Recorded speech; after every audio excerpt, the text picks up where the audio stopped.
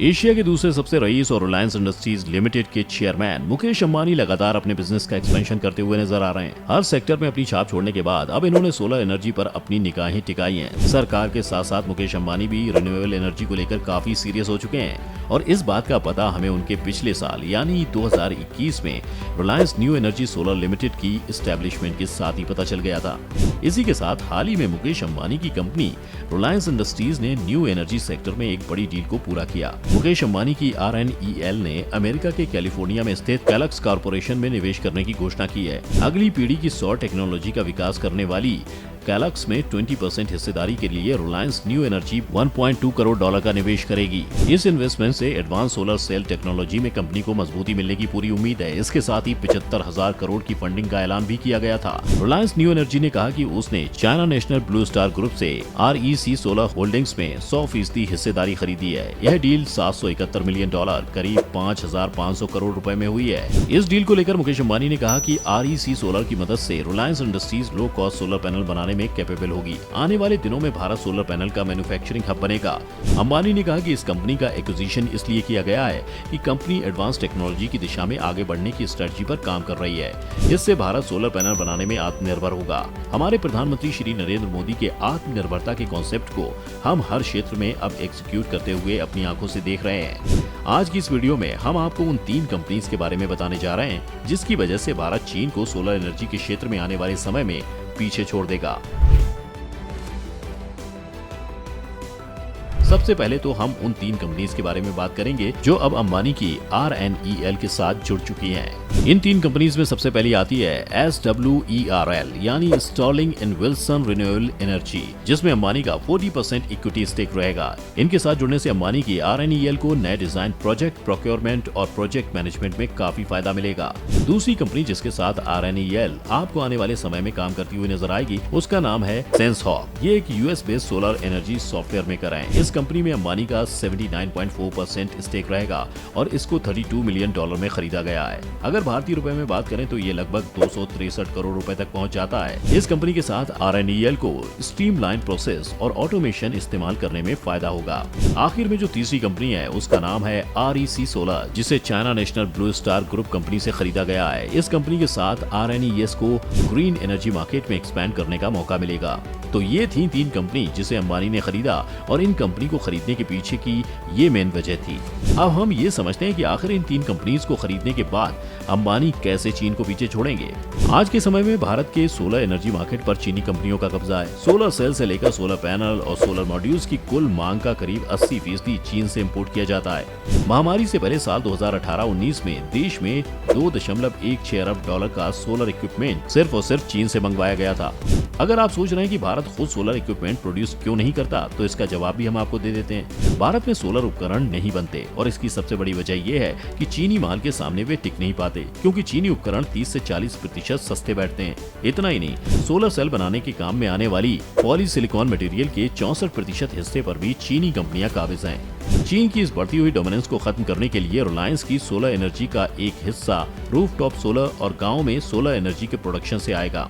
गांव में solar energy के प्रोडक्शन से रूरल इकोनॉमी को मजबूती मिलने की पूरी उम्मीद है। रिलायंस का इरादा सोलर मॉड्यूल की कीमत दुनिया में सबसे कम रखने का है ताकि सोलर एनर्जी को किफायती बनाया जा सके। उधर सरकार भी सोलर ऊर्जा को लेकर खासी गंभीर दिखाई देती है। सोलर ऊर्जा को बढ़ावा देने के लिए केंद्र सरकार ने प्रधानमंत्री किसान ऊर्जा सुरक्षा, रूफटॉप सौर, सोलर पार्क जैसी अनेक योजनाएं चलाई हुई हैं। इस तरह चीनी प्रोडक्ट्स को चुनौती देने के लिए रिलायंस सोलर एनर्जी के लिए रिलायंस ने एंड टू एंड अप्रोच को अपनाया है। मेगा फैक्ट्रीज के अलावा रिलायंस प्रोजेक्ट और फाइनेंशियल मैनेजमेंट के लिए 2 डिवीजन भी बनाएगा, जिनमें से एक रिन्यूएबल एनर्जी प्रोजेक्ट्स को बनाने और उसको मैनेज करने का काम देखेगा, जबकि दूसरा डिवीजन रिन्यूएबल एनर्जी प्रोडक्ट्स के फाइनेंशियल मैनेजमेंट पर नजर रखेगा। इसका मतलब साफ है कि कच्चे माल से लेकर रिन्यूएबल एनर्जी इक्विपमेंट के प्रोडक्शन से लेकर बड़े प्रोजेक्ट्स के डेवलपमेंट और उनके फाइनेंशियल मैनेजमेंट का पूरा काम एक ही छत के नीचे होगा।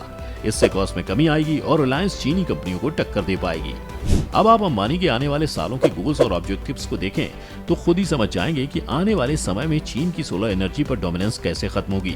सबसे पहले तो 2030 तक रिलायंस ने 100 गीगावाट सोलर एनर्जी प्रोड्यूस करने का टारगेट रखा है। इसके लिए रिलायंस 4 मेगा फैक्ट्रीज लगाएगा, जिनमें से एक सोलर मॉड्यूल फोटोवोल्टेक मॉड्यूल बनाएगी, दूसरी एनर्जी के स्टोरेज के लिए cutting edge energy storage battery बनाने का काम करेगी, तीसरी ग्रीन हाइड्रोजन के प्रोडक्शन के लिए एक इलेक्ट्रोलाइजर बनाएगी और चौथी हाइड्रोजन को एनर्जी में बदलने के लिए फ्यूल सेल बनाएगी। इस तरह रिलायंस के मैदान में उतरने से आज की जो सिचुएशन है उसके बदलने की उम्मीद है। रिन्यूएबल एनर्जी पर बोलते हुए अंबानी ने कहा कि हमारे सभी equipments made in India by India for India in the world होंगे। रिलायंस गुजरात और भारत को विश्व सोलर और हाइड्रोजन मैप पर इस्टेब्लिश करेगा। अगर हम सोलर एनर्जी का सही उपयोग कर पाए तो भारत फॉसिल फ्यूल के नेट इंपोर्टर के स्थान पर सोलर एनर्जी का नेट एक्सपोर्टर बन सकता है। रिलायंस अपने न्यू एनर्जी बिजनेस को सही मायने में ग्लोबल बिजनेस बनाना चाहती है। हमने विश्व स्तर पर कुछ बेहतरीन टैलेंट के साथ रिलायंस न्यू एनर्जी काउंसिल की स्थापना की है। क्लीन एनर्जी पर $10 बिलियन खर्च करेंगे अंबानी। इसी के साथ हम आपको ये भी बता दें कि जून में रिलायंस एनुअल जनरल मीटिंग में मुकेश अंबानी ने कहा था कि क्लीन एनर्जी के लिए अगले 3 सालों में कंपनी $10 बिलियन खर्च करेगी। कंपनी का लक्ष्य 2035 तक नेट कार्बन जीरो करना है। इसके लिए रिलायंस न्यू एनर्जी कंपनी का भी गठन किया गया, जो पूरी तरह से सब्सिडरी कंपनी है। सोलर एनर्जी की लीडर है ये कंपनी। REC सोलर होल्डिंग्स का हेडक्वार्टर नॉर्वे में है। ऑपरेशनल हेडक्वार्टर सिंगापुर में है, जबकि regional hub north America, Europe, Australia, Asia Pacific में है। सोलर एनर्जी के क्षेत्र में यह एक इंटरनेशनल और बहुत बड़ी कंपनी है। यह कंपनी सोलर एनर्जी को लेकर टेक्नोलॉजी की मदद से इंडस्ट्री लीडर है। REC सोलर होल्डिंग्स जो सोलर पैनल तैयार करती है वो काफी सस्ता, टिकाऊ और ज्यादा एफिशिएंट होता है। 4 गीगावाट सोलर एनर्जी प्रोडक्शन का सालाना लक्ष्य। रिलायंस की योजना इस कंपनी की टेक्नोलॉजी की मदद से पैनल तैयार करना है। इसका निर्माण जामनगर के Dhirubhai Ambani green energy giga complex के गीगा फैक्ट्री में किया जाएगा। इस फैक्ट्री की शुरुआती क्षमता 4 गीगावाट सोलर एनर्जी सालाना की है। इसे बढ़ाकर 10 गीगावाट तक ले जाना है। AGM में किया गया था 75,000 करोड़ का निवेश का ऐलान। आपको बता दें कि रिलायंस ने पिछले महीने अपने AGM में न्यू एनर्जी सेक्टर में 75,000 करोड़ रुपए का इन्वेस्टमेंट करने की जानकारी दी थी। सालाना बैठक में मुकेश अंबानी ने कहा था कि रिलायंस जामनगर स्थित न्यू एनर्जी मैन्युफैक्चरिंग इकोसिस्टम में 75,000 करोड़ रुपए का निवेश करने को प्रतिबद्ध है और कंपनी अपना वादा जल्द पूरा करना चाहती है। रिलायंस 2025 तक 20 गीगावाट की सोलर एनर्जी पैदा करने की क्षमता हासिल करना चाहती है। बता दें कि ग्रीन एनर्जी पर रिलायंस का फोकस लगातार बढ़ रहा है और इसकी जिम्मेदारी मुकेश अंबानी ने अपने छोटे बेटे अनंत अंबानी को दी है। इस वीडियो को खत्म करने से पहले हम आपको अंबानी की इन कंपनीज में की जा रही इन्वेस्टमेंट के बारे में थोड़ा और डिटेल में बता देते हैं। सबसे पहले तो यह निवेश कैलक्स को टेक्नोलॉजिकल डेवलपमेंट और अमेरिका के साथ दुनिया भर के बाजारों में पैर जमाने में मदद करेगा। दोनों कंपनियों ने इसके लिए एक स्ट्रेटेजिक पार्टनरशिप डील पर साइन किए हैं। दरअसल calyx perovskite based solar technology के लिए जानी जाती है। कंपनी उच्च एफिशिएंसी वाले सौर मॉड्यूल बनाती है जो 20% अधिक ऊर्जा का प्रोडक्शन कर सकती है। रिलायंस गुजरात के जामनगर में एक world class integrated photovoltaic giga factory स्थापित कर रही है। इस इन्वेस्टमेंट के साथ ही रिलायंस कैलक्स के प्रोडक्ट्स का लाभ उठा सकेगी और अधिक शक्तिशाली और कम कॉस्ट वाले सोलर मॉड्यूल्स का प्रोडक्शन कर सकेगी। इस निवेश के बारे में बात करते हुए रिलायंस इंडस्ट्रीज लिमिटेड के चेयरमैन और MD मुकेश धीरूभाई अंबानी ने कहा, कैलक्स में निवेश विश्व स्तरीय हरित ऊर्जा निर्माण इकोसिस्टम बनाने की हमारी रणनीति के अनुरूप है। हमारा मानना है कि कैलक्स को पेरोवस्काइट आधारित सोलर टेक्नोलॉजी और क्रिस्टलीय सौर मॉड्यूल हमें अगले चरण तक पहुंचने में मदद करेंगे।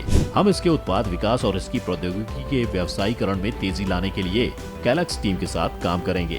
कैलक्स कॉर्पोरेशन के CEO स्कॉट ग्रेविल ने रिलायंस के एक प्रमुख निवेशक के रूप में शामिल होने पर खुशी जताते हुए कहा कि हम क्रिस्टलीय सौर मॉड्यूल को अधिक कुशलता और किफायती बनाने और अपनी विनिर्माण क्षमताओं के विस्तार पर ध्यान देंगे। हम रिलायंस की वैश्विक विस्तार योजनाओं और उत्पाद रोड मैप का सपोर्ट करते हैं। इस डील के लिए किसी रेगुलेटर के अप्रूवल की आवश्यकता नहीं होगी और 2022 के अंत तक इसके पूरा होने की उम्मीद है। आपका अंबानी के इस कदम के बारे में क्या ख्याल है, हमें कमेंट सेक्शन में जरूर बताएं। अगर आपको ये वीडियो पसंद आई हो तो लाइक और शेयर का बटन दबाएं। बाकी जितने भी लोग इस चैनल पर नए हैं वो सब्सक्राइब और बेल आइकन का बटन दबाएं ताकि आपको हमारी आने वाली सभी वीडियोस की नोटिफिकेशन सबसे पहले मिले।